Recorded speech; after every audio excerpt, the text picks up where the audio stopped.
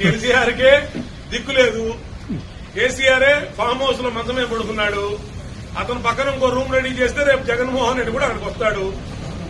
అక్కడ అధికారంలో లేనటువంటి వీళ్ళిద్దరూ కూడా చింతపెక్కలు ఆడుకుంటారు. ఇద్దరు ఒకవైపు కేసీఆర్, ఒకవైపు జగన్మోహన్ రెడ్డి.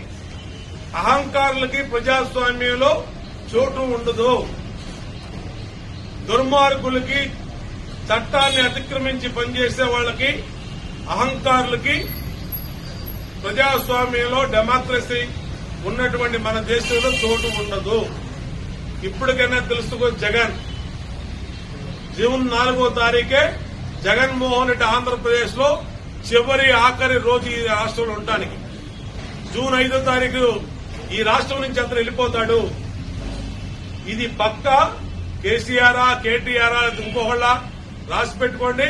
నీకు అభిమానం ఉంటే నీ పక్కన ఒక రూము మీ తమ్ముడు జగన్మోహన్ రెడ్డి కేటాయించు. ఓకే.